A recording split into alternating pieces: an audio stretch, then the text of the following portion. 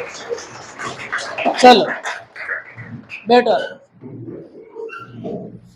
आज अपने कोचिंग में शैलेंद्र भैया आए और इनकी जो कहानी है वो आप सबको प्रेरित करेगी। सबसे पहले मैं आपको ये बताना चाहूंगा कि ये 2018-19 में जब साइंस एकेडमी अपने यहाँ पर बीज अंकुरित करने लगी थी, उस समय के फर्स्ट बैच स्टूडेंट है और आज एम्स देवगढ़ झारखंड से अपना एमबीबीएस फर्स्ट सेमेस्टर कंप्लीट करके घर पहुंचे। सबसे पहले तो आप सबके उपस्थिति में मैं इस बच्चे का माला और साफा पहनाकर स्वागत करना चाहूंगा। एक बार जोरदार तालियां बजाएं।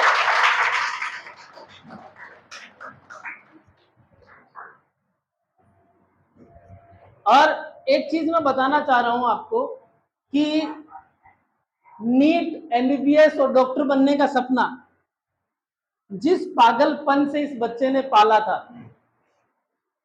कुछ भी नहीं पता था, ज्यादा कुछ भी नहीं पता था कि किस तरीके से सिलेक्शन होता है, किस तरीके से सिलेक्शन लिया जाता है। उसके बावजूद आज आपके सामने एम्स क्वालिफाई, वो भी सेल्फ स्टडी से। ये चीज मैं बताना चाह रहा हूं आपको क्योंकि आज के समय में तो बहुत सारे ऑनलाइन प्लेटफॉर्म्स भी है जहां पर आपको एप्लीकेशन पर ऑनलाइन कोर्सेज भी मिल जाते हैं, आपकी हेल्प करने वाले भी बहुत सारे अवेलेबल है। तो मैं ज्यादा समय ना लेकर मैं शैलेंद्र से ही चाहूंगा कि शैलेंद्र, आपकी जो बहुत ही रो स्टोरी है जो आपने 10th क्लास से आप स्टार्ट कर सकते हैं, फैमिली बैकग्राउंड का परिचय देते हुए मैं अब बिल्कुल ये मंच आपके लिए खुला करता हूं कि आप बिल्कुल खुले दिमाग से अपने दिल के अंदर जो जो बातें जब जब आपने तैयारियां की, बीच में मैं सवाल भी करूंगा आपसे, और आप बच्चों से स्पेशली, ऐसे बच्चे ढूंढने से भी बड़ी मुश्किल से मिलते हैं, समझ रहे हो ना।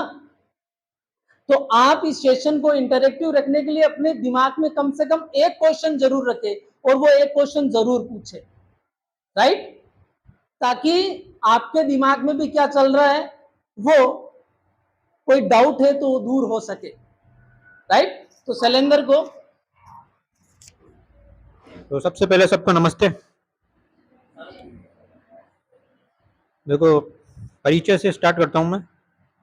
मैं साइंस एकेडमी का 2019 में पूर्व छात्र रह चुका हूँ और जैन गुरुकुल से स्कूल से मैंने स्टडी की, government Jain Gurukul senior secondary school Beawar. आप में से कोई है जैन गुरुकुल से?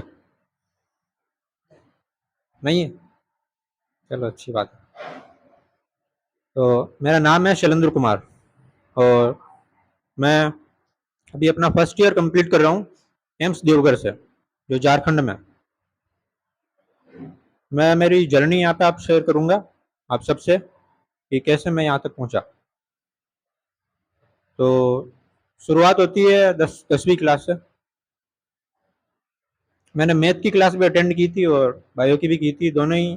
मैंने पहले मैथ की थी, 4-5 दिन गया वहाँ तो कुछ समझ में नहीं आया तो मैं बायो ले ली। उसमें भी कुछ ज़्यादा समझ में नहीं आया, लेकिन मैं बायो में ही फिर आगे कंटिन्यू करता रहा। 11th में मुझे नीट के बारे में कोई पता नहीं था, लेकिन 12th के बारे में, 12th में जब आया तब मुझे पता चल गया कि नीट क्या है, लेकिन सिलेबस वगैरह के बारे में मुझे अभी भी कोई जानकारी नहीं थी। फैमिली बैकग्राउंड के बारे में सर ने बोला कि बता, तो ना कुछ बताने लायक है नहीं। पापा चौकीदारी करते हैं मेरे, जो नए जो घर बनते हैं उसके, और मम्मी भी जो कृषि मंडी है उपज, ये कृषि मंडी वहाँ काम करती।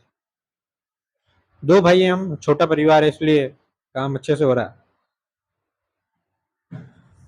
आगे की स्टोरी मैं बताता हूँ। 12th में मुझे चला था कि नीट क्या है, लेकिन सिलेबस के बारे में नहीं पता था। तो 12th मेरी जैसे ही ख़त्म हुई, मैंने नीट का फॉर्म भरा था, लास्ट दिन भरा था, लास्ट टाइम पे।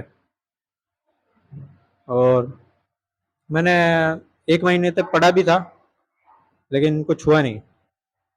188 मार्क्स थे मेरे नीट में, मेरा फर्स्ट अटेम्प्ट में। लेकिन क्योंकि वो सिर्फ ये देखने के लिए कि कैसा पैटर्न है, पेपर का पैटर्न कैसा है और क्या क्या आता है उसमें, कितना टाइम मिलता है, वही सब कुछ। तो नीट के अंदर आपके 3 सब्जेक्ट होंगे। तो सबसे पहले सिलेबस को समझिए आप, ये कोई ज़्यादा 12th से अलग नहीं है। मैं सोचता था जब मैं 12th में था कि इसका कोई अलग से किताब मिलती होगी या फिर एक अलग से मतलब इसकी तैयारी करना होता होगा। कंपटीशन एग्जाम है तो मैंने सोचा 12th को तो कर लो, उसके बाद देखते हैं जो भी है। और मुझे हमेशा ही एक नेशनल इम्पोर्टेंस इंस्टीट्यूट से पढ़ना था, ये मेरा सपना था। तो और एमबीबीएस करना भी मेरा सपना था। मैं बीच में शैलेंद्र रोकना चाहूंगा। शैलेंद्र, ये जानना चाहूंगा कि फर्स्ट अटेम्प्ट आपने 12th के साथ लिया, 180 8 मार्क्स 188 मार्क्स थे, 10-11 लाख रैंक थी मेरी। 10-11 लाख रैंक थी। उसके बाद में आपके अंदर ऐसा क्या था कि आपने वापस दोबारा से ड्रॉप लेके अटेम्प्ट देने का सोचा? क्योंकि ये सेशन ज्यादातर इस बात पर फोकस करेगा कि आपका जो सिलेक्शन है वो 4th अटेम्प्ट में हुआ। 4th अटेम्प्ट यानी 3 अटेम्प्ट देना ही अपने आप में बहुत बड़ी बात हो जाती है जब आप ऐसी फैमिली से बिलोंग करते हैं जहां पर आप कोई हाई फाई अपने आप को नहीं कह सकते या पैसे का, क्योंकि मेन चीज समय जा रहा होता है। और 12वीं के बाद में पेरेंट्स जरूर इस चीज को लेकर चिंतित होते हैं कि यार तेरा समय जा रहा है, कॉलेज कर ले, बीएससी कर ले, कुछ और कर ले। ये चीजें आपको किस तरीके से आप सेकंड अटेम्प्ट की तरफ गए? देखो, इसके 3 रीजन बताऊंगा मैं। पहला तो मुझे अपने आप पर विश्वास था कि मैं कर लूंगा, ये मेरा सबसे बड़ा रीजन मान लो। दूसरा मुझे कर दिखाना था। और तीसरा ये कि मैं सोच रहा था कि अगर एमबीबीएस ना भी मिले तो नीट से बहुत सारे कोर्स मिल रहे हैं। इससे आप बीडीएस ले सकते हो, आयुर्वेदा ले सकते हो, होम्योपैथी ले सकते हो और वेटनरी साइंस ले सकते हो। ये रैंक वाइज मिलते हैं। इसमें सबसे हाईएस्ट रैंक चाहिए एमबीबीएस में, तो मैंने सोचा इनमें से कोई भी ले लेंगे। लेकिन जब मैंने तैयारी स्टार्ट की और मुझे सेकंड बार में बीडीएस मिल गया, लेकिन मैंने नहीं लिया क्योंकि तब तक मुझे एमबीबीएस का क्रेज था। और एमबीबीएस का क्रेज हो जाता है अगर आप एक बार स्टार्ट करेंगे तो आप एमबीबीएस ही करना चाहेंगे, क्योंकि इसकी रेस्पेक्ट जो जिस लेवल पे होती है ना, वो मेडिकल फील्ड में वो किसी और की नहीं होती। तो बस यही ध्यान में रखते हुए मैं तैयारी करता। और ये पता नहीं था कि सिलेक्शन होगा या भी नहीं, लेकिन मुझे पता था कि होगा। और एक चीज, जैसे आपने सेकंड अटेम्प्ट दिया, आपका क्या मार्क्स था? सेकंड अटेम्प्ट में मेरे थे 424 मार्क्स। 424 मार्क्स। इसमें और बीडीएस उसमें मिल जाता, आपको बीडीएस मिल रही थी, डेंटल तो साइंस। तो फिर डेंटल साइंस मिल रही थी आपको, फिर थर्ड अटेम्प्ट की तरफ जाने का क्यों सोचा? थर्ड अटेम्प्ट क्योंकि मुझे एमबीबीएस करना था। तब तक लगाव ही ऐसा हो गया था कि एमबीबीएस ही करना, नहीं तो हाँ, उम्मीदें बढ़ जाती है फिर वक्त के साथ। वही। लेकिन वक्त के साथ कई बार हौसला भी तो डाउन होता है कि यार 2 साल तो हो गए, दोस्त क्या कहेंगे, पापा क्या कहेंगे, मम्मी क्या कहेगी, भाई क्या कहेंगे, है ना? या फिर आपके साथ पढ़ने वाले सेकंड ईयर में पहुंच चुके होते हैं, तो वो कैसे मैनेज किया आपने? पापा मम्मी और भाई की तरफ से कोई दबाव नहीं था। उन्होंने कहा जितना अटेम्प्ट लेने ले, नो टेंशन, बस करता जा। रिश्तेदारों ने बोला था कि हाँ बीएससी नर्सिंग कर ले, वो कर ले, लेकिन मैंने कहा नहीं, करेंगे तो यही करेंगे वरना करेंगे ही नहीं। तो एक चीज और मैं जानना चाहूंगा आपसे कि आपने सेकंड अटेम्प्ट भी बीडीएस मिल रहा था, छोड़ दिया, थर्ड अटेम्प्ट की तरफ गए। थोड़ा सा मैं ये जानना चाहूंगा आपसे कि क्या आपने दौरान कोई कोचिंग वगैरह ज्वाइन की या कुछ ऐसा? मैंने 12th के बाद लगभग जुलाई में मैंने एक कोचिंग अजमेर से की थी, जो 3-4 महीने बाद में छोड़ के आ गया कि वहाँ मुझे कुछ ज़्यादा समझ में नहीं आ रहा था और तब तक कोविड भी आ चुका था। तो फिर मैंने घर से ही स्टार्ट किया और उसी अटेम्प्ट में मेरे 424 मार्क्स थे। और मैं और जानना चाहूंगा कि जैसे आपने थर्ड अटेम्प्ट के लिए लिया, आप थर्ड अटेम्प्ट की तरफ गए, तो उस समय आपने तैयारी का मोड क्या रखा? मोस्टली किस तरीके से आप तैयारी करते थे? मैं जो बार बार गलती कर रहा था वो यही था कि मैं टेस्ट नहीं दे पा रहा था, और घर पे टेस्ट दे भी तो कैसे, प्रॉब्लम ये है, बिना कोचिंग टेस्ट कैसे ले। इसका लास्ट में मैं एक आइडिया बताऊंगा आपको कि कैसे मैंने लास्ट में घर पे भी टेस्ट ले लिए अपने। तो ये तरीका आप देखना ढंग से अभी। और एक चीज और, जैसे आपने फोर्थ अटेम्प्ट लिया है ना, और फोर्थ अटेम्प्ट में आपके मार्क्स क्या थे? मेरे फोर्थ में थे 561 में। 561 मार्क्स, यानी आपका फोर्थ अटेम्प्ट में। और उस दौरान आपको कौन कौन सी कॉलेज मिली और क्या क्या आपने छोड़ा और क्या क्या मिला? देखो, इसमें काउंसलिंग की प्रोसेस होती है आपका, एनटीए कंडक्ट करवाती है नीट। तो एनटीए का रोल अब सिर्फ रिजल्ट डिक्लेयर करने तक है और रैंक डिक्लेयर करने तक है, उसका जो रोल है वो खत्म हो जाता है। अब यहाँ एमसीआई का रोल आता है जो काउंसलिंग करवाती है। तो काउंसलिंग के वैसे 4 राउंड होते हैं, first round, second round, third round को मॉपअप राउंड भी बोलते हैं, और जो चौथा होता है उसको बोलते हैं स्टे वैकेंसी राउंड। ये दोनों अलग अलग होते हैं। एक होता है ऑल इंडिया काउंसलिंग, जो 15% जो कोई भी कॉलेज है उसके सीटें रिजर्व होती है ऑल इंडिया के लिए, और 85 जो परसेंट जो सीट्स होती है वो स्टेट की होती है। एम्स में 100% सीट होती है ऑल इंडिया के लिए। तो इसमें जो मुझे ये इसका मतलब प्रोसेस ये है कि पहले ऑल इंडिया का फर्स्ट राउंड होता है, फिर स्टेट का फर्स्ट राउंड होता है, फिर second round all India counselling का होता है, सेकंड फिर स्टेट से होता है, ताकि कोई सीट इधर उधर चेंज करना चाहे तो आराम से कर सके। और उसके लिए उसके 6-7 दिन का टाइम भी मिलता है रिजाइन करने के लिए। तो ऑल इंडिया काउंसलिंग के फर्स्ट राउंड में मुझे एम्स गुवाहाटी मिला। दिवाली का समय था तो मैं गया नहीं, और ज़्यादा दूर भी था, तो मैंने फ्री एग्जिट ले लिया। फ्री एग्जिट मतलब मैं गया ही नहीं और कोई रिपोर्टिंग वहाँ नहीं थी। तो फर्स्ट राउंड में ये रूल होता है कि फ्री एग्जिट भी ले सकते हैं आप। फिर था फर्स्ट राउंड स्टेट से। इसमें मुझे राजस्थान की टॉप सेकंड मेडिकल कॉलेज जो होती है, सरदार पटेल मेडिकल कॉलेज बीकानेर, वो मिली, और मैंने उसको ज्वाइन भी किया। लेकिन फिर मैंने second round all India counselling से वापस करवाया, तो मुझे मिल गया एम्स देवघर। तो मैंने वहां से रिजाइन करके और एम्स देवघर में ज्वाइन कर लिया, और मैंने मेरी काउंसलिंग वहीं खत्म कर ली। अब इसके आगे के चांस पता नहीं क्या हो सकते थे, लेकिन मैंने खत्म कर लिया। ओके, अब आप 2019 ट्वेल्थ के स्टूडेंट थे, ट्वेल्थ पास आउट थे, और उसके बाद आज आप अपने आप को या as a AIIMS student represent कर रहे हैं। आपने जब इतना एक लंबा समय लिया, नो डाउट कंपटीशन ऐसा एक गेम है जिसमें कई बार ना चाहते हुए भी वक्त लग जाता है। आपके साथ जो बच्चे अभी इस समय एम्स में पढ़ रहे हैं, उन्होंने कितने कितने अटेम्प्ट लिए, या फिर मैक्सिमम और हाईएस्ट अटेम्प्ट के स्टूडेंट्स कौन कौन वहाँ, जो आप इन बच्चों को, क्योंकि मेन चीज क्या होता है कि यहाँ एक अटेम्प्ट होते ही बच्चा घबरा जाता है कि यार मेरा तो नहीं होना, है ना, जिसमें मोस्टली बच्चे रनिंग ट्वेल्थ के साथ ही देते हैं और फिर निकल लेते हैं कि यार मेरा नहीं होना अब। तो ये जरूर आप बताएं कि वहाँ किस तरीके से कौन कौन अटेम्प्ट वाले बच्चे हैं। देखो, मेरे साथ भी मेरे स्कूल के जो दोस्त है उन्होंने भी अटेम्प्ट दिए थे, लेकिन सबने छोड़ दिया। सिर्फ मैं कंटिन्यू करता रहा, और एक मेरा भाई भी। तो एम्स में बात कर रहे हैं कि कितने कितने अटेम्प्ट वाले हैं, तो उसमें ऐसे हैं लोग भी है जो ट्वेल्थ के साथ ही फर्स्ट अटेम्प्ट में भी क्रैक करके आए हैं नीट। उन साथ में उन्होंने आईआईटी खड़गपुर भी उनको मिली, वो उसको छोड़ दिया। और एक ही बंदे की बात बता रहा हूँ मैं, जो जो सबसे मतलब मुझे अच्छा लगा, तो और उसको आईआईएससी भी मिली, जो आईआईटी खड़गपुर से भी ज़्यादा मतलब बेस्ट है।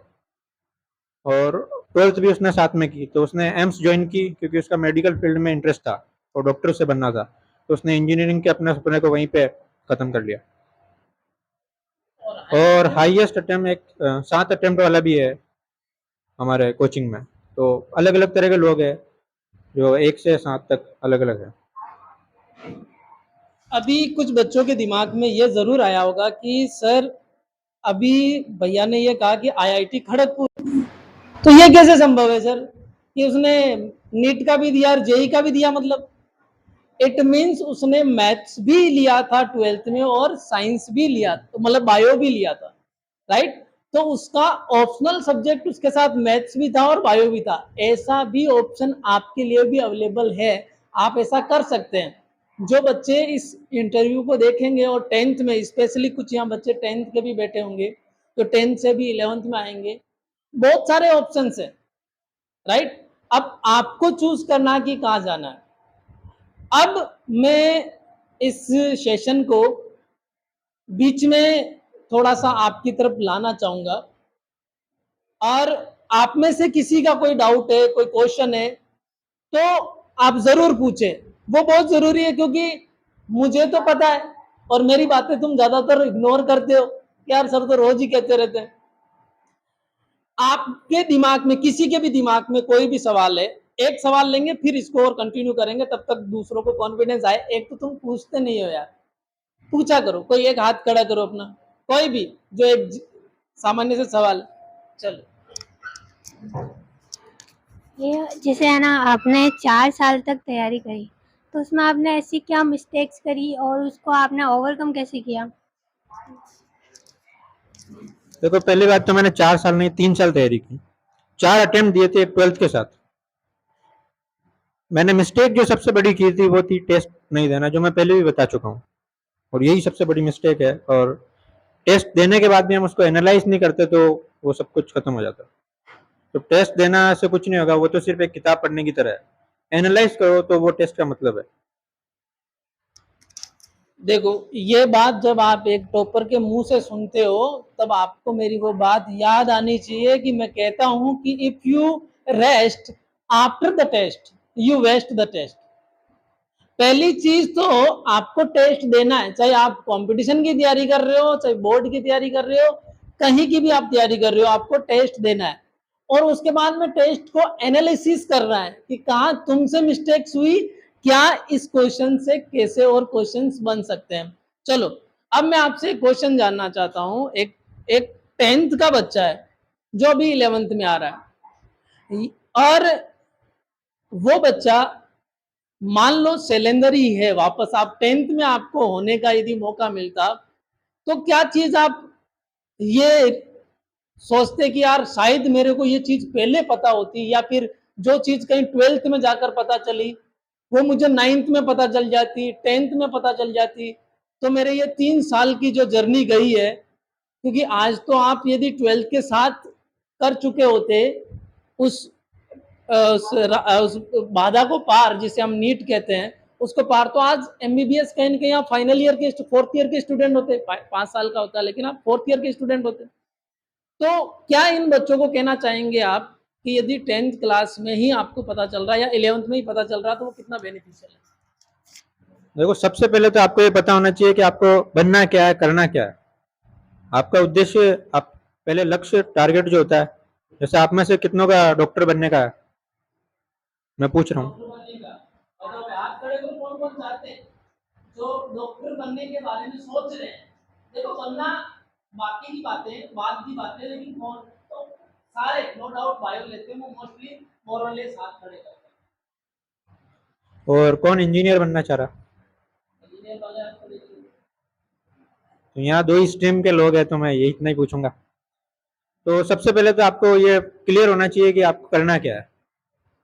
अब करना कैसे है, तो इसका प्रोसेस भी होगा, सीधी सी बात है। और प्रोसेस होगा तो हमको प्रोसेस की सबसे पहली सीढ़ी पकड़नी होगी कि इसका फर्स्ट स्टेप क्या है। तो जैसे डॉक्टर बनना है तो आपको आगे जाके पता होना चाहिए कि हमको 12th के बाद नीट देनी है, क्योंकि इंडिया में तो ऐसा कोई भी प्रोसेस नहीं है कि बिना नीट आप डॉक्टर बन जाओगे, कोई भी नहीं है।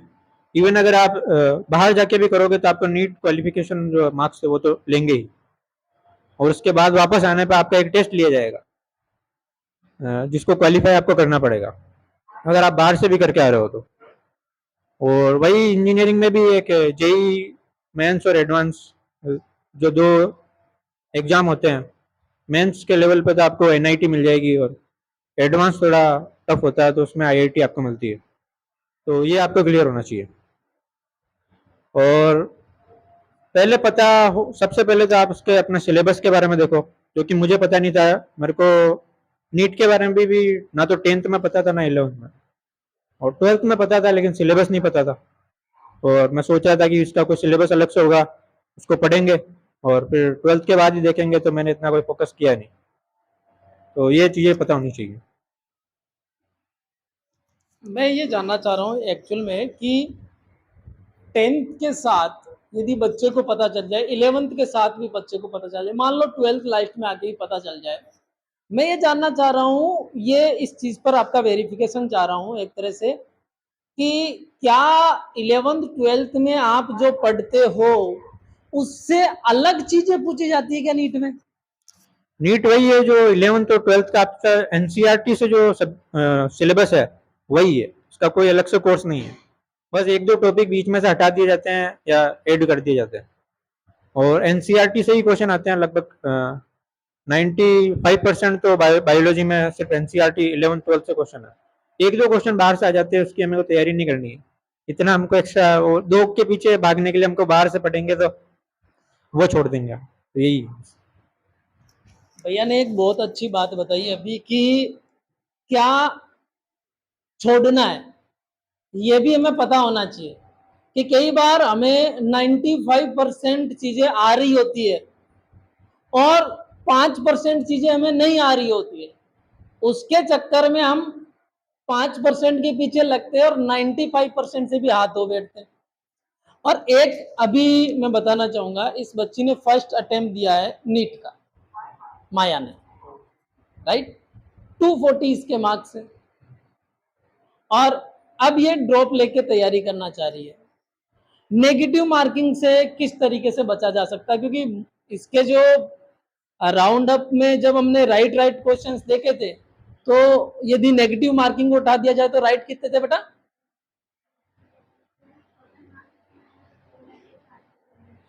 मतलब 410 के आसपास मार्क्स सही को गिना जाए तो इसके थे। नेगेटिव मार्किंग की वजह से ये इतना पीछे आ गई, तो नेगेटिव मार्किंग से कैसे बचा जाए?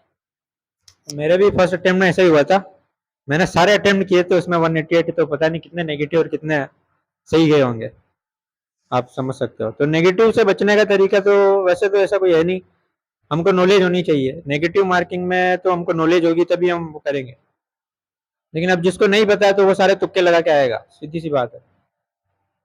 यही है, नेगेटिव से तो हम कैसे बच सकते हैं। और ये तुक्के लगाने वाला जो दिमाग में आता ना वहां एग्जाम में बैठ के कि नहीं यार मुझे लगता है यही सही है, उस चक्कर में बच्चा है ना नेगेटिव पे नेगेटिव करता ही जाता है, राइट। जैसे शेयर मार्केट का एग्जांपल है कि कई बार हमें लगता है कि ये ऊपर जाएगा, ये ऊपर जाएगा, और हम पैसे डालते रहते हैं और वो नीचे जाता रहता है, नीचे जाता रहता है, और फिर लास्ट में जाकर हम यूं कहते हैं यार ये गलत ही कर दिया यार। लाइक इस मेंटेलिटी से बचने के लिए पहले, क्योंकि प्रिकॉशंस क्या रखे, सावधानी क्या रखे? देखो प्रिकॉशन तो क्या है कि आपको सबसे पहले तो ये पता होना चाहिए कि नेगेटिव मार्किंग है तो हमको नेगेटिव करना नहीं है ज्यादा, हमको जो आ रहा है वही करना है। और हम ये समझ सकते हैं कि अगर हम ज्यादा नेगेटिव करेंगे तो जो हम हमारे मार्क्स जो हम कर रहे हैं वो भी जाएंगे, तो नेगेटिव से यही बचो, बस तरीका तो यही है। और ज्यादा से ज्यादा टेस्ट की प्रैक्टिस, राइट। अब मैं आपसे बच्चों से, क्योंकि सामान्यतः मैं प्रतिनिधित्व करूंगा तुम्हारा तो ही ज्यादा अच्छा रहेगा, क्योंकि तुम तो अंत तक नहीं बोलोगे मुझे पता है, राइट। फिर भी किसी के दिमाग में कोई सवाल है तो आप जरूर पूछे। पहली बात तो यह है कि आजकल एक डमी स्कूल्स का भी प्रचलन है, जिसमें बच्चा क्या है कि अपना समय बचा सकता है और उसको पहले से ही अपने कंपटीशन की तैयारी की तरफ लगा सकता है, राइट। तो यदि मान लो कोई बच्चा डमी स्कूल्स की तरफ जा रहा है, क्योंकि नो डाउट आप तो ना तो शायद उस समय इन चीजों के बारे में जानते थे या किसी ने बताया नहीं होगा, अब शायद वहां गए तो पता चला होगा कि यार वहां ऐसे ऐसे भी प्रोसेस होता है ना।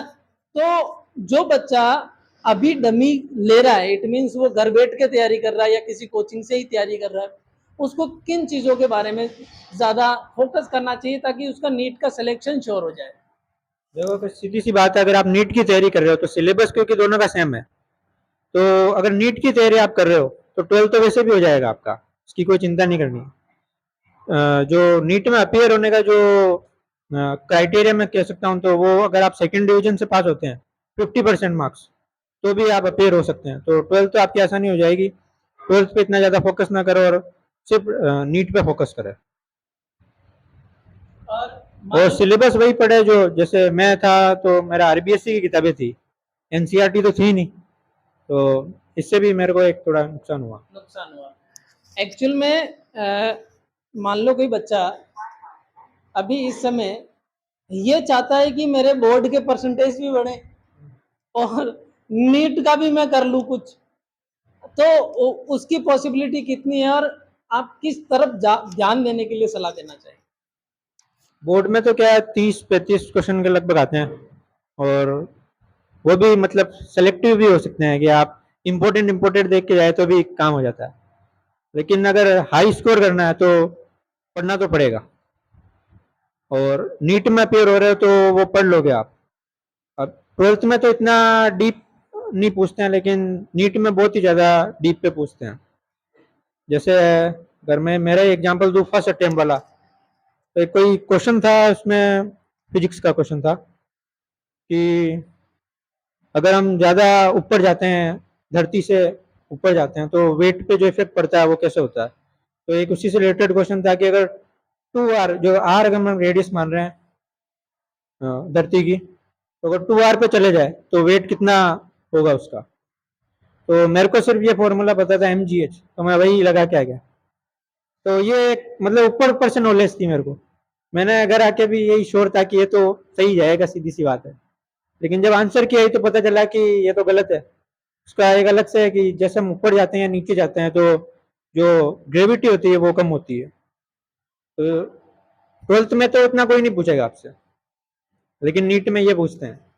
तो 12th हो जाएगी, वैसे 12th पे ध्यान दो तो हो जाएगी। जैसे वो सर इंस्पायर अवार्ड दिलवाई रहे हैं, तो उसको भी लपक सको तो लपक लो, क्योंकि इसमें कोई बुराई नहीं है, फायदा है फायदा बस। जैसे मान लो कोई बच्चा अभी क्योंकि साइंस एकेडमी ने पिछले आपका बैच था, उसके बाद के हर बैच में एक एक दो इंस्पायर अवार्ड, इस बार 2 है। पिछले साल एक इंदिरा प्रियदर्शनी अवार्ड भी साथ में वो लपक लिया था उस बच्ची ने। आज महारानी से वो अपनी फिजिक्स ऑनर्स से ग्रेजुएशन कर रही है, राइट। तो एक्चुअल में परसेंटेज जो है वो आपको कहाँ ज्यादा हेल्प करते हैं और कहाँ नहीं करते? देखो परसेंटेज तो जैसे इंस्पायर अवार्ड के लिए हेल्प किया ही था, पहला तो ये हो गया। और बाकी अभी तक तो मुझे किसी ने मेरे 12th के मार्क्स मेरे कॉलेज में किसी ने कुछ नहीं पूछा। तो अगर नहीं भी कर पाते हो तो इसमें कोई डीमोटिवेट होने वाली बात नहीं है। और इसीलिए मेरे को 50% का क्राइटेरिया रखा है नीट में भी, अगर आप अपेयर होना चाहते हैं। लेकिन कंपटीशन एग्जाम के लिए तो मायने रखता है सब कुछ। एक मैं ये जानना चाहता हूँ कि कई बार बच्चों को ये लगता है कि यार नहीं ये सेलेक्ट हो गया तो इनमें कुछ न कुछ अलग है। तो आज दिन तक तो आपको वहाँ कॉलेज में, क्योंकि जब आप कोई बड़ा एग्जाम फोड़ लेते हो ना तो 10वीं 12वीं की बातें कोई नहीं पूछता बेटा, समझ रहे हो, राइट। हाँ ठीक है, यदि आप कर सकते हो, आप कैपेबल हो, आप इंस्पायर ले सकते हो तो लो ना भाई। ये तो यही वाली बात हुई कि आप हाथ ऊपर करके आम तोड़ सकते हो, तो फिर तोड़ो, तोड़ सकते हो तोड़ो। अब आप तोड़ ही नहीं सकते, मान लो ऐसी कोई सिचुएशन है, तो बात अलग है। सब आप परसेंटेज बना सकते हो तो फिर बनाओ, परसेंटेज बनाना कोई बुरी बात नहीं है। लेकिन यदि नहीं बने तो इसका मतलब ये नहीं कि जीवन में कुछ बुरा हो गया या फिर आगे चलकर कुछ अच्छा नहीं होगा। आपके 12th के परसेंटेज आज इनके सामने, क्योंकि ये बच्चे अभी आपको ये सोच रहे हैं यार भैया तो इतनी साल पढ़े हैं तो जरूर 12th में भी काफी अच्छा स्कोर किया होगा। और वो 12th के साथ वाली जर्नी कैसे रही आपकी? 12th में मेरे ज़्यादा इतना कुछ हाई नहीं था, एवरेज स्टूडेंट हूँ मैं। और उसमें भी बहुत सारी लापरवाहियाँ मैं करता हूँ और अब भी करता हूँ। क्लास में मैं लेट जाता हूँ, कॉलेज में भी यहाँ पे भी लेट ही आता था, सर से पूछ सकते हैं आप। तो 12th में मैंने फिजिक्स की जो कोचिंग है वो यहीं से ली थी। बायोलॉजी मैंने खुद ही पढ़ी थी। और केमिस्ट्री में एक जगह से किया था मैंने 4-5 महीना। तो बस यही है। परसेंटेज क्या थी? 85% मेरे 12th में थे और 10th में मेरे 76% थे। ये फिजिक्स केमिस्ट्री और बायो के नंबर याद है क्या आपको? बायोलॉजी में मेरे 89 मार्क्स थे और फिजिक्स में मेरे 91 थे, केमिस्ट्री में मेरे 83 थे। तो उस बैच में मैं बताना चाहूंगा कि 2018-19 का जो बैच फर्स्ट बैच निकला था, उस बैच में एक तो शैलेंद्र और एक था रविंद्र, राइट। अब रविंद्र आर्मी की तैयारी कर रहा अब भी, और वो कॉलेज भी कर रहा साथ के साथ, उसने एनसीसी ज्वाइन कर रखी है। साइंस एकेडमी के ये पहले स्टूडेंट थे जो फिजिक्स में 90 प्लस गए थे, राइट। ये दो ही स्टूडेंट थे जो 90 प्लस, इट मींस फिजिक्स में पहले ही बैच से 90 प्लस जाते हुए आए, बहुत सारे बच्चे जाते हुए आए। लेकिन जब बात की जाए कि बोर्ड के बाद कौन सरवाइव करेगा, तो इनके साथ ही इनका भाई भी है, नाम भूल गया मैं, क्या नाम है, हेमंत। वो इस बार शायद समहाउ सिलेक्शन ले पाएगा, वो भी सेल्फ ही अपनी नीट की तैयारी कर रहा है। और इस बार का स्कोर क्या था उसका? 581 84 से 84। उसका 584 स्कोर है इस बार का, आपको 561 पर मिल गया था। अब तो कंपटीशन बढ़ गया, तो हर साल कंपटीशन ऑलमोस्ट 2 टाइम मान सकते हो आप। तो रैंक पर जो बातें मैं कहता हूँ, रैंक पर एक एक रैंक पर कितना भीड़ आ जाता है, एक एक रैंक पे हजारों लोग बैठे हैं आज।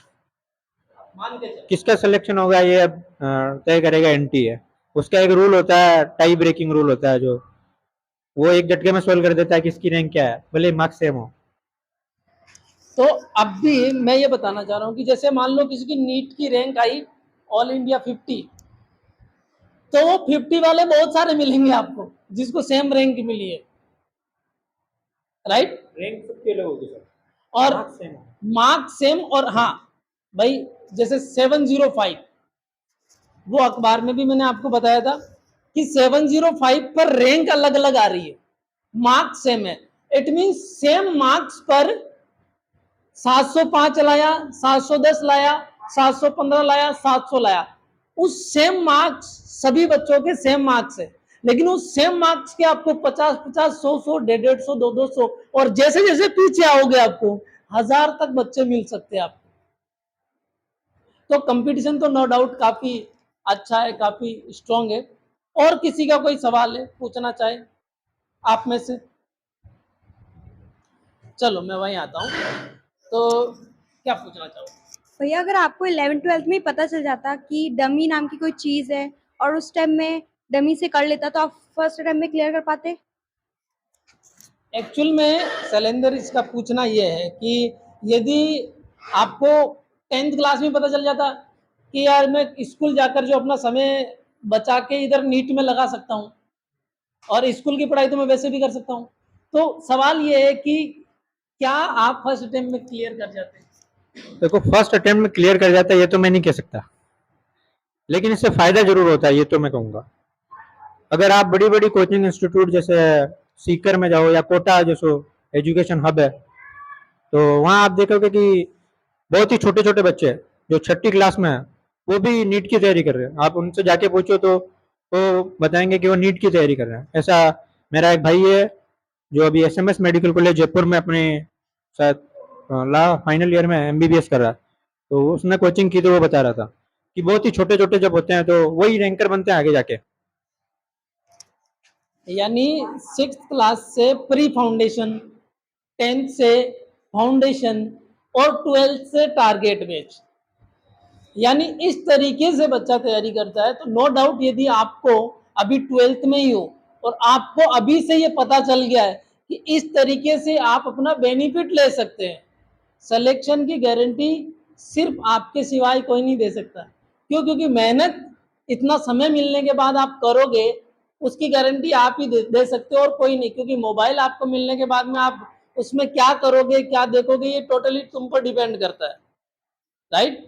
तो यदि ऐसा आपको अवसर मिल रहा है तो नो डाउट आपको उस अवसर को एक्सेप्ट करना चाहिए, उस मौके को चूकना नहीं चाहिए। यदि कहीं ना कहीं आपका भी कंपटीशन में आगे चलकर कुछ बड़ा और कम समय में अचीव करने। कम समय का मतलब क्या है?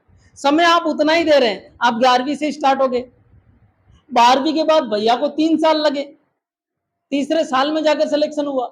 यदि आप 11वीं से शुरू हो जाते हो, 10वीं से शुरू हो जाते हो, तो 12वीं के साथ कर लोगे, राइट। तो आप पर डिपेंड करता है कि आप उससे पहले समय देना चाहते हैं या उससे बाद में समय देना चाहते हैं।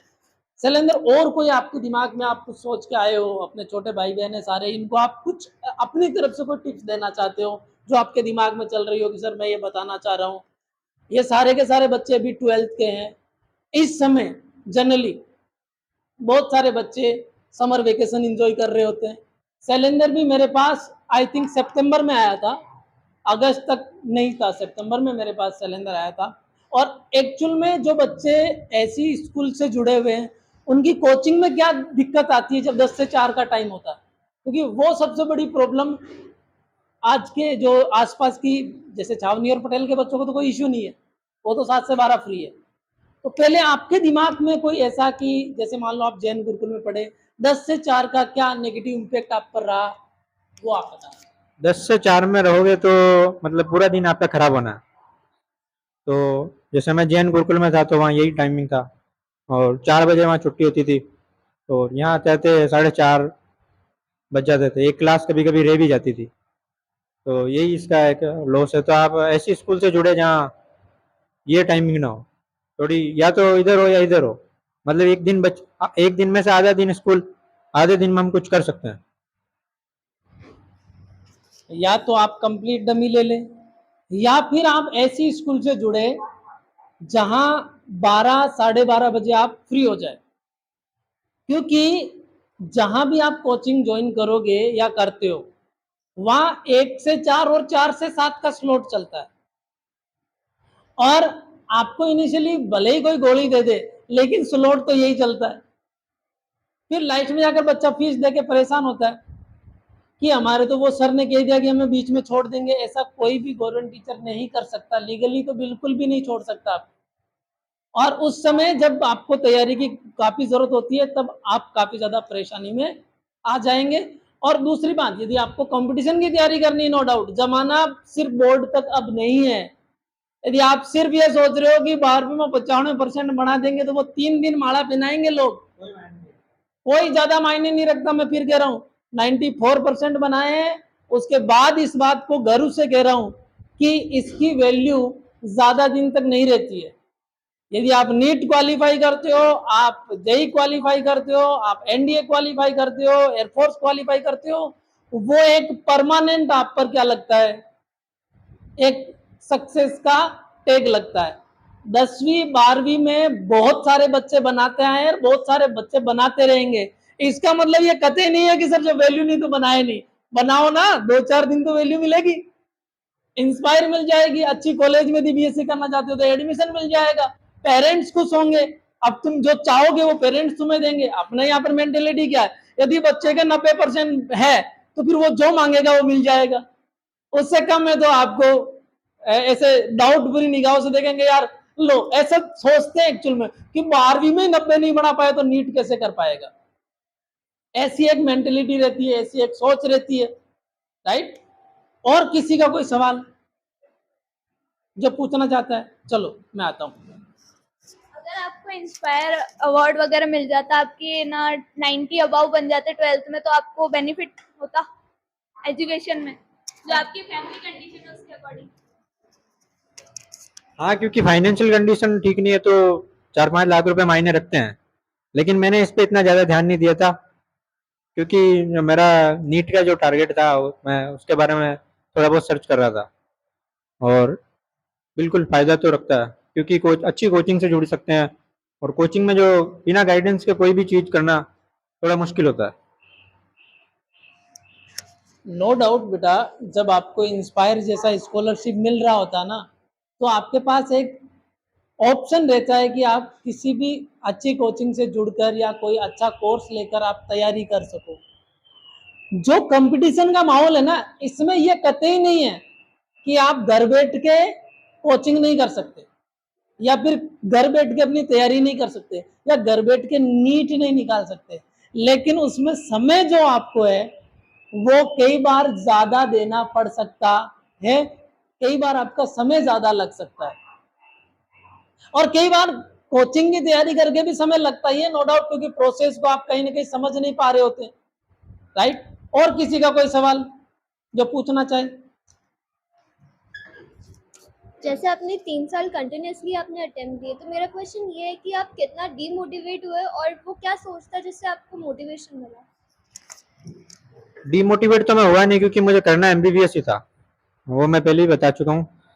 और मैं हमेशा एम्स और ये जो मेडिकल कॉलेज है उनकी फैसिलिटीज सर्च करता था, तो मुझे मोटिवेशन मिलता था इससे, क्योंकि वहाँ बहुत सारी चीज़ें हैं जो हम मतलब अफोर्ड तो कर ही नहीं सकते। जैसे मैं अपने एम्स की बात बता रहा हूँ, मैं जिस कॉलेज में हूँ उसकी क्वालिटी क्या क्या है। तो ये सेकंड सबसे बड़ा एरिया वाइज देखे तो मेडिकल कॉलेज है, 237 एकड़ में है, और बहुत बड़ा इंस्टीट्यूट है जहाँ स्विमिंग पूल है, जहाँ हमको रूम अलॉट किया गया है, यहाँ सारी चीज़ें ऑटोमेटिक काम करती है, और जो बहुत बड़े बड़े डॉक्टर, क्वालिफाइड डॉक्टर है, वो हमें पढ़ा रहे हैं। तो ये सारी चीज़ें हैं, बाग बगीचे सारे सब चीज़ें वहाँ हैं, और वो सब कुछ फ्री है। 5000 माँ ये रुपए लिए थे मेरे 5.5 साल के कोर्स के, 5886 रुपए। सिर्फ खाने का पैसा लगता है, बाकी सब कुछ फ्री है। तो यही चीज़ें मुझे मोटिवेट करती थी कि मुझे नेशनल इम्पोर्टेंस के इंस्टीट्यूट में पढ़ना है, तो इसीलिए मैं करता गया। देखो, मोटिवेशन और डिमोटिवेशन कब आता है? जब आप एक्सपेक्टेशन तो करते हो लेकिन हार्डवर्क नहीं करते हो, मेहनत नहीं करते हो। आप अपनी कमियों पर फोकस तो करते हो लेकिन उनको दूर नहीं करते हो। भैया ने क्या कहा कि मैं सर्च क्या करता था, आप कहाँ हो इस बात का बड़ा मायने ये रखता कि वहां आप क्या कर रहे हो। जब भी सर्च करने का मौका मिल रहा है, एम्स के बारे में सर्च कर रहे हैं, एम्स का हॉस्टल कैसा होता है, एम्स का कॉलेज कैसा होता है, वहां क्या क्या फैसिलिटी मिलती है, कैसे कैसे पढ़ाते हैं, कौन कौन पढ़ाते हैं, तो फिर डिमोटिवेशन हो ही नहीं सकता ना कि इस साल नहीं अगले साल जाएंगे, लेकिन जाएंगे तो यही। और अब आपने भैया के मुंह से सुना कि क्यों 3 साल लगातार तैयारी के बाद जाना, तो एम्स में जाना क्योंकि 5 साल एमबीबीएस की फीस सुनी। यही फीस मैं भैया के मुंह से सुनना चाहता हूं। यही कोर्स यदि आप किसी प्राइवेट कॉलेज से कर रहे होते तो इंडिया में उसकी क्या कॉस्टिंग आती? इंडिया में लगभग 60 से 70 लाख रुपए है, और अगर बाहर से थोड़ा सस्ता पड़ता है, लेकिन बाहर से आने के बाद आपको एक एग्जाम देना पड़ता है, तो उस एग्जाम को क्वालिफाई नहीं करते तो आपको यहाँ कोई डॉक्टर नहीं बोलेगा। तो इसीलिए यही था। एक्चुअल में जो बच्चे विदेश से एमबीबीएस करके आते हैं तो उनका वहां फीस तो कम लगता, नो डाउट। कोई कजाकिस्तान जा रहा, कोई रशिया जा रहा, कोई यूक्रेन जा रहा। अभी वो युद्ध हुआ था रशिया और यूक्रेन का, तो अपने इंडियन काफी निकले थे वहां से, तो वहां पर फीस तो कम लग रही है, लेकिन आपकी डिग्री को वैलिडेट करने के लिए वापस से एक एग्जाम देना है, और वो एग्जाम भी कोई हल्का एग्जाम नहीं होता है, ये बहुत सारे बच्चे करके आते हैं। और फिर यदि आप उस एग्जाम को क्वालिफाई नहीं कर पाए तो आप एमबीबीएस स्टूडेंट्स लीगल स्टूडेंट नहीं है, आप इलीगल हो सकते हैं। आप अखबार में कभी सोचते हो, पढ़ते हो ना कि झोला छाप डॉक्टर, बंगाली डॉक्टर, वो यही होते हैं जो बाहर से एमबीबीएस करके आ जाते हैं। या थोड़ी बहुत उनकी नॉलेज होती है, उनको थोड़ी बहुत नॉलेज होती है, लेकिन वो उसको क्वालिफाई नहीं कर पाए, तो इसीलिए फिर वो प्रैक्टिस करना स्टार्ट कर देते हैं जो इलीगल है। तो मेरा कहना यही है कि अगर एमबीबीएस करे तो आप हमारे देश से ही करें, चाहे प्राइवेट में करें या फिर गवर्नमेंट में करें। लेकिन इसकी जो प्राइवेट में तो क्योंकि फीस बहुत ज़्यादा है, तो वो जो बाहर जाके आप करोगे लास्ट में आके आपको वही एग्जाम देना है, तो इससे पहले आप पहले दे दो एग्जाम, तो आप डायरेक्ट आपको डिग्री मिल जाएगी। तो ये बहुत जरूरी जानना होता है कि जब आपको ये पता होता है ना बेटा कि मेरे 1 साल और ड्रॉप लेने से, क्योंकि मुझे करना तो एमबीबीएस ही है, 1 साल और ड्रॉप लेने से मेरे पेरेंट्स के 60 से 70 लाख सीधे बच रहे हैं, इट मीन्स आप कमा रहे हो। कहते हैं ना, पैसा बचाना पैसा कमाने के बराबर होता है, राइट। और किसी का कोई सवाल? यदि है तो आप जरूर पूछे, कोई भी। जैसे दीदी अभी यहाँ पर स्टूडेंट ज्वाइन करेंगे, अभी 10th में आए हैं, ये 10th से भी 11th में आ रहे हैं, और इन्होंने आगे क्वेश्चन, तुम तो काफी समय से यहाँ बैठे हो, किसी के भी दिमाग में कोई भी क्वेश्चन हो तो आप जरूर पूछे, नहीं तो फिर अपन कंक्लूड करेंगे। हाँ, मतलब कितने आवर पढ़ना कंपलसरी है, मतलब ऐसे कंटिन्यू पढ़े या ब्रेक लेके पढ़े कि भाई खुद का भी हो सके? क्वेश्चन ये है शैलेंद्र, साफ सी बात है, जब कोई बड़ा कॉम्पिटिटिव एग्जाम फाइट करते हैं, इवन जब आप 12th को भी टॉप कर गए, तो पहला सवाल पत्रकार भी यही पूछता है कि आपने कितने घंटे पढ़ाई की थी। तो ये कितना मायने रखता है, और आप इसका क्या जवाब देंगे? मेरा ऐसा कोई टाइम टेबल या कोई शेड्यूल नहीं था। मैं मतलब जब मन करता तो पढ़ता, लेकिन पढ़ना तो पड़ेगा। मैं लगभग 10 घंटे पढ़ता था रोज। शुरुआत में ज़्यादा पढ़ता था, फिर धीरे धीरे मुझे लगने लगा कि हाँ हो जाएगा, तो फिर मैंने कम कर दिया। लास्ट में एग्जाम से जस्ट 2-3 महीने मैंने थोड़ा टेस्ट वगैरह स्टार्ट किए। लगभग मैंने कह सकते हैं 100 से ज़्यादा टेस्ट पेपर दिए, तब जाके सिलेक्शन हुआ। इससे पहले मैंने बहुत ही कम टेस्ट, कोई 10-15 दिए थे, उसमें कोई फर्क नहीं पड़ता। एनसीईआरटी किताब को लगभग मैंने 20 बार पढ़ी है बायोलॉजी की, और केमिस्ट्री की लगभग मैंने 7 से 8 बार पढ़ी है। फिजिक्स में मैंने हजारों क्वेश्चन सोल्व किए तब।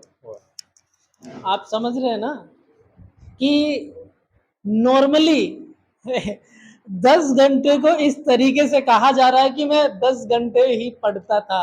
ही पढ़ता का मतलब समझ रहे हो? 10 घंटा तो है ही है भाई, आप चाहे शेड्यूल बनाओ चाहे नहीं बनाओ। आप भैया ने अभी कहा कि 20 बार बायोलॉजी की एनसीईआरटी पढ़ डाली, 7-8 बार केमिस्ट्री एनसीईआरटी, फिजिक्स के कितने ना जाने कितने ही क्वेश्चन सोल्व किए, लगभग 100 के आसपास टेस्ट पेपर दिए।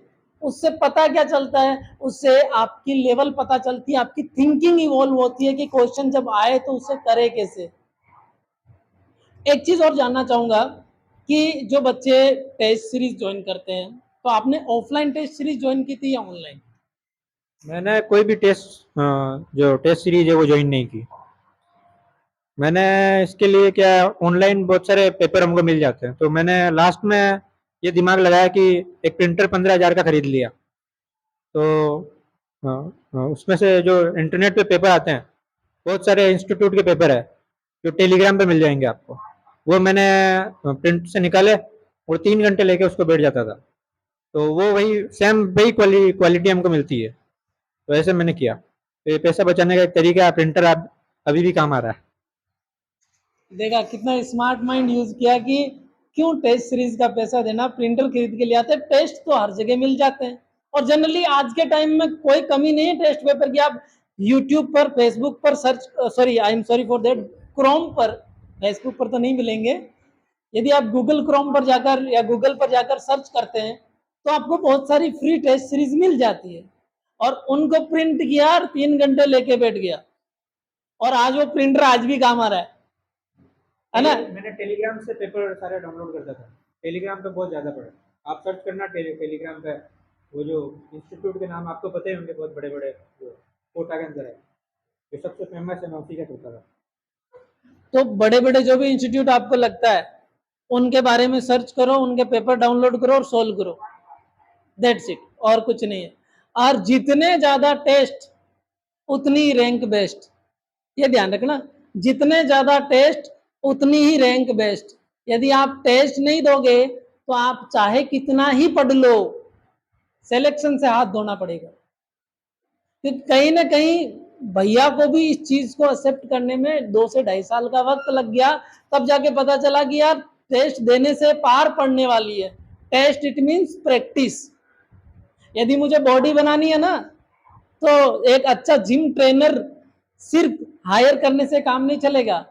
वो 2-4 दिन बताएगा मुझे, फिर उसके बाद में मुझे कसरत करनी है, मुझे मेरा डाइट प्लान फॉलो करना है, तभी वो चीजें होगी। तो आपको एक प्लान बना के ये तरीके से तैयारी करनी पड़ेगी। और किसी का कोई भी जेन्युइन सवाल हो जो पूछना चाहे, एक तो वो टाइमिंग वाला हो गया, कंपटीशन की तैयारी करने वाला, रियल जो कंपटीशन की तैयारी करने वाला कभी 1 घंटा 2 घंटा 3 घंटा ये टाइम नहीं गिनता, और जो टाइम गिनता है ना उसका सिलेक्शन नहीं होता भाई, समझ रहे हो? टाइम गिन रहा होता है ना, उसका सिलेक्शन नहीं होता। 24/7 चाहे वो पढ़ रहा चाहे नहीं पढ़ रहा, उसके दिमाग में मोर और लेस वही बातें घूम रही होती है।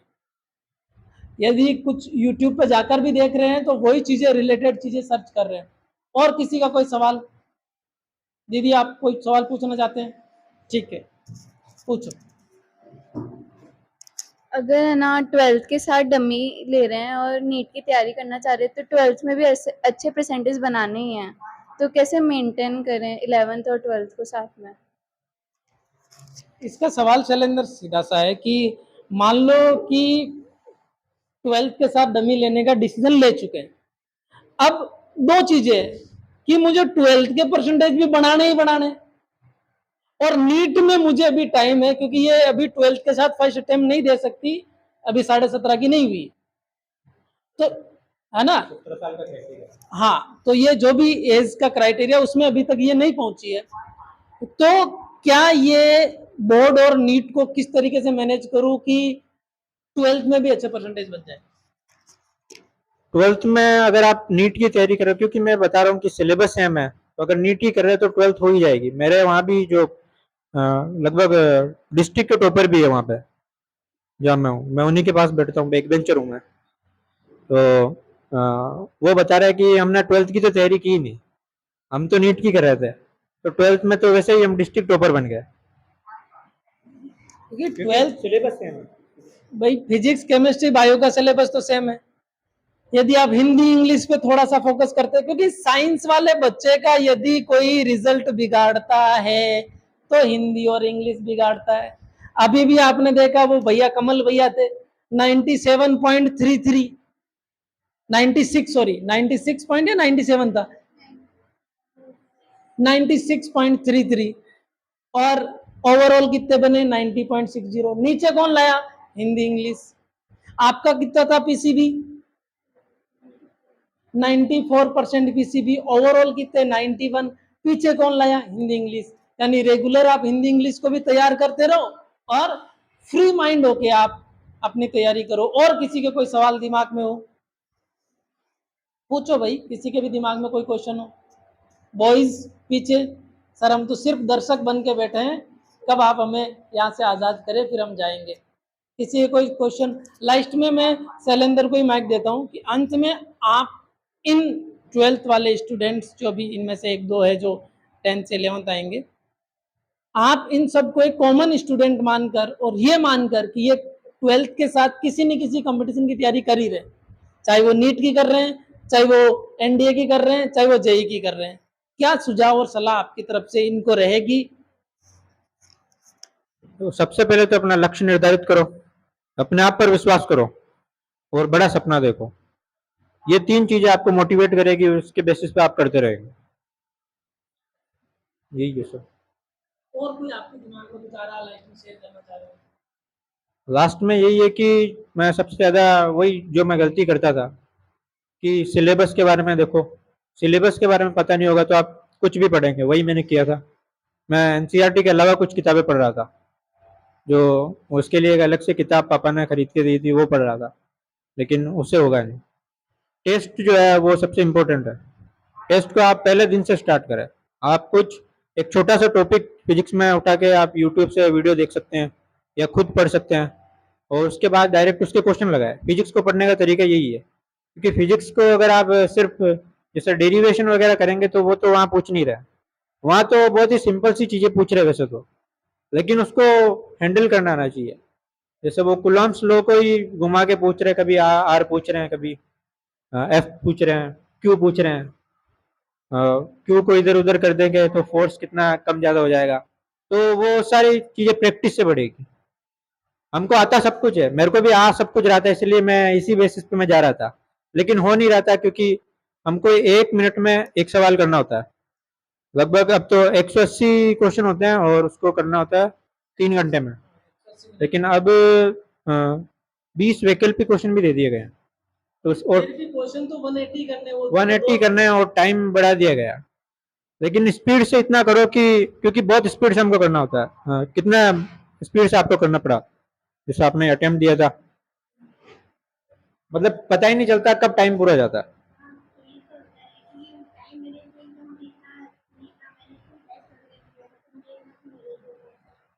हाँ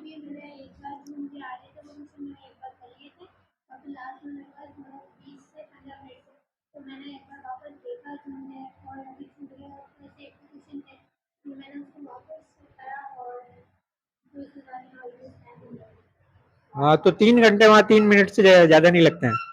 बहुत ही स्पीड से हमको करना होता है, एक सवाल के लिए 1 मिनट हमको मिलता है।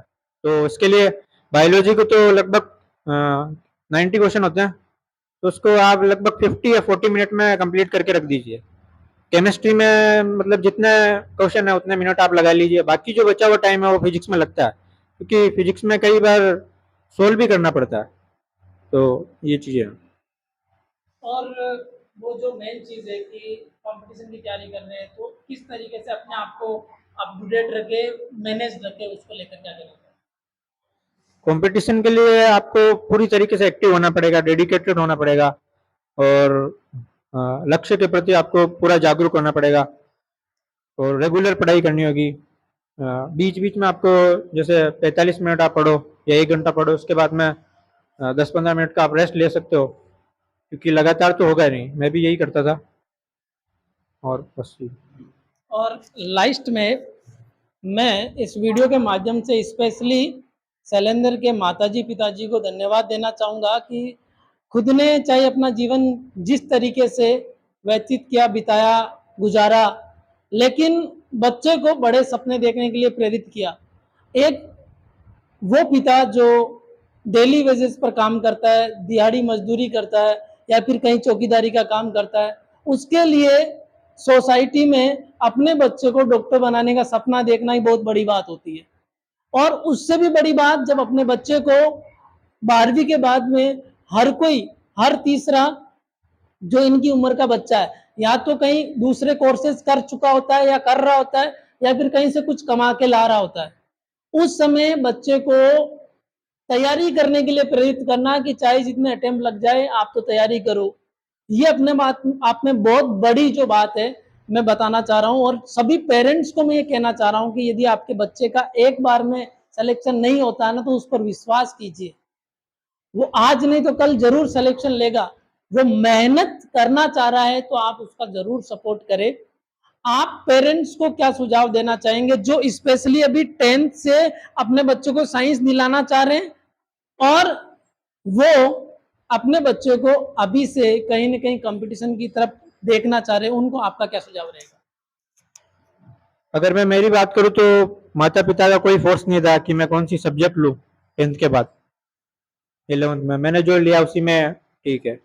उसके बाद मैं कैसे पढ़ता हूँ, मतलब इतना कुछ ज़्यादा ध्यान नहीं रखते हैं। मैं पढ़ रहा हूँ, वो उनको पता है कि मैं पढ़ता हूँ, क्योंकि मेरे पिछले जो क्लासों के जो परसेंटेज थे वो ठीक ही थे, और मैं हमेशा ही क्लास में 85% थे, लेकिन वो मैक्सिमम ही थे। 11th में भी 78 थे, वो मैक्सिमम थे। 10th में 76 थे, वो मैक्सिमम थे। 9th में मेरे 60% थे, वो मैक्सिमम थे। मतलब जो कॉम्पिटेंस था उसके लेवल पे मैं सबसे टॉप पे ही रहा, तो उनको पता था कि मैं कर लूँगा। तो फोर्स ना करे, एक बार में शायद ना हो, 2 बार में भी ना हो, 3 बार में भी ना हो, जैसा कि मेरा भी नहीं हुआ, लेकिन चौथी बार में कर दिया। वैसे ही 5, 6, 7, जैसे मैं आपको 7 बार के जो बता रहा था स्टोरी, तो 7 बार में भी उसने कर लिया। तो मानना पड़ेगा उस बंदे को जो 7 साल तक टिके रहा। तो अगर करना है, तो अगर वो करना चाह रहा तो कोई प्रॉब्लम नहीं है। आप फोर्सफुली ना कहे कि करे, क्योंकि अगर फोर्सफुली कहेंगे तो फिर वही केस होते हैं जो कोटा में होते हैं आए दिन, सुसाइड। तो यही है। तो पेरेंट्स को ये सुझाव है कि आप अपने बच्चे को फोर्सफुली कुछ भी बनाने की कोशिश ना करें, लेकिन यदि आपका बच्चा चाह रहा है तो उसका सपोर्ट करें।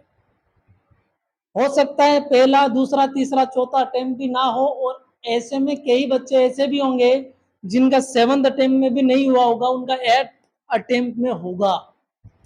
ये बात अलग है कि इतना लंबा समय जा रहा है, उसके पीछे कहीं ना कहीं वो प्रारंभिक जो जानकारी का अभाव था।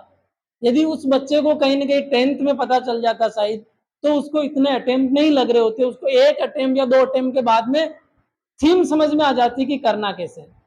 जो भी बच्चे अभी साइंस लेंगे, जो पेरेंट्स अपने बच्चों को साइंस दिलाएंगे। मैं एक चीज ओपनली कहना चाहता हूं कि ब्यावर के 90% कोचिंग सेंटर्स में बच्चों को स्कूल से उठाया जाता है, प्राइवेट स्कूल से, और अपने कोचिंग में यहाँ बुला के रटाया जाता है। कंपटीशन का कोई भी माहौल बताया तक नहीं जाता। तो कम से कम ऐसे सिस्टम से अपने बच्चों को बचाए। और यदि आपको लगता है कि इस डायरेक्शन में साइंस एकेडमी वर्क कर रही है, तो आप जरूर साइंस एकेडमी से अपने बच्चे को जरूर से जोड़े।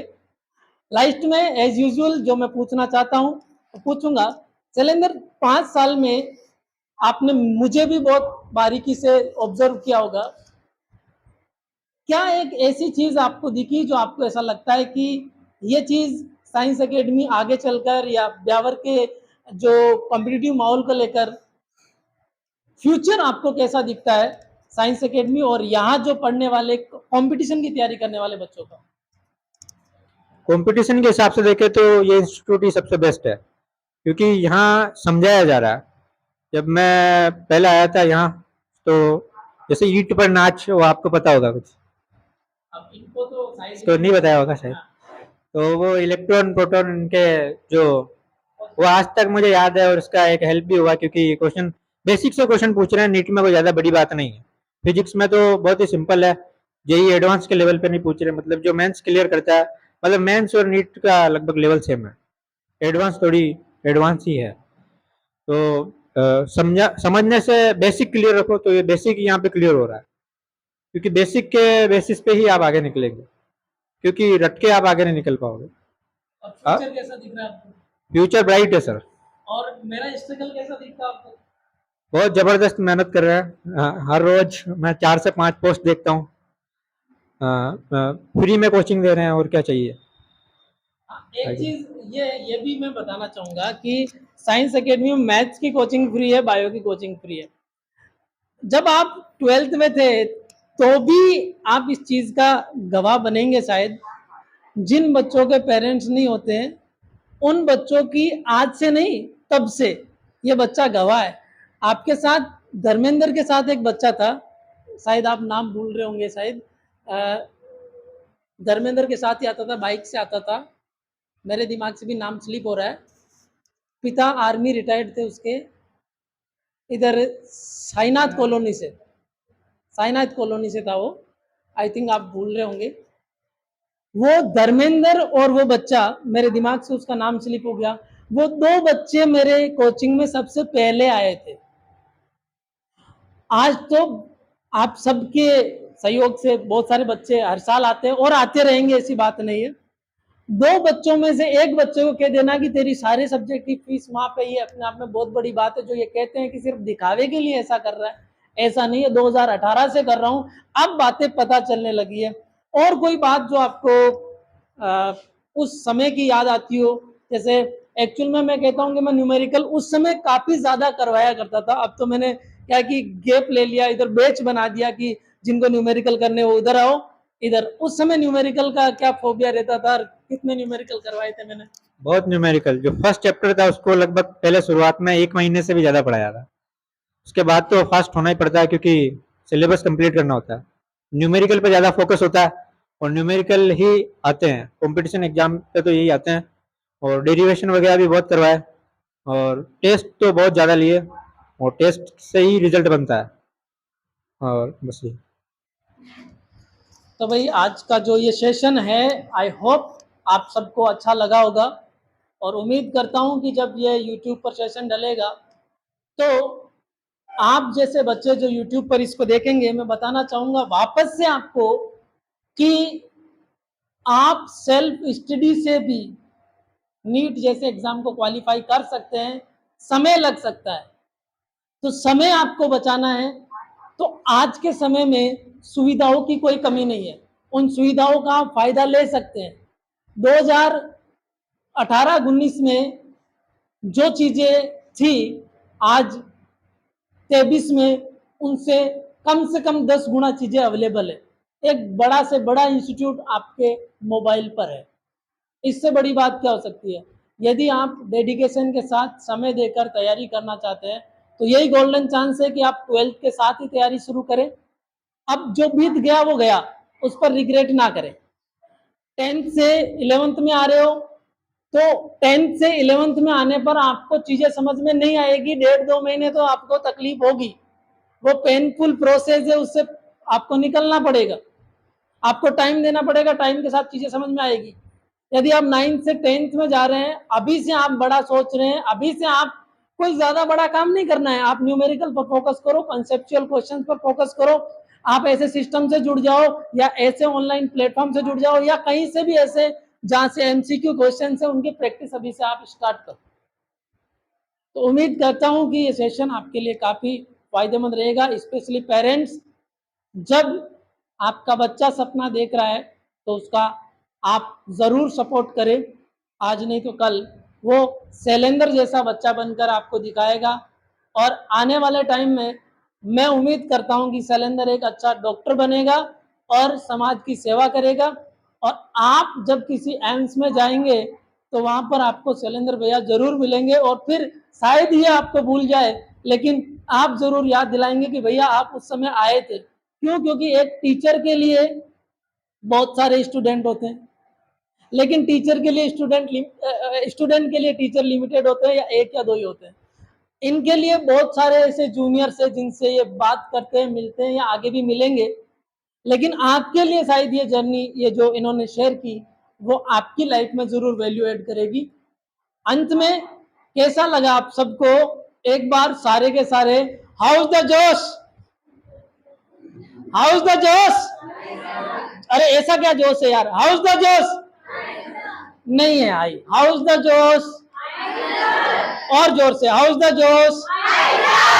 ये हुई ना बात। मिलते हैं नेक्स्ट और किसी ऐसे मोटिवेशन सेशन के साथ, तब तक के लिए जय हिंद।